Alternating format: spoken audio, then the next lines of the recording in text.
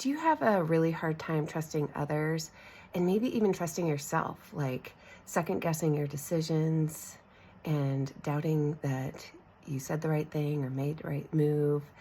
And this lack of trust can come from childhood, where we might have had adults that made us question our reality or that just weren't reliable over and over again, or enough times that it started to shake our belief that we could trust others.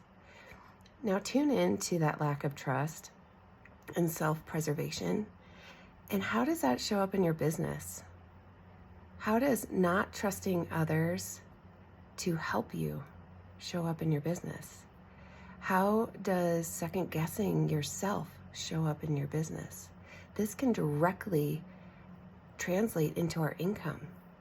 And so through reparenting of the inner child with the Heartshine method, we go into those old experiences and we start to shift the energy and soothe those wounds so that we can come back to that power that we know we already have inside, so that we can make good business decisions. We can trust the right people to help us build our business so we don't have to do it all ourselves.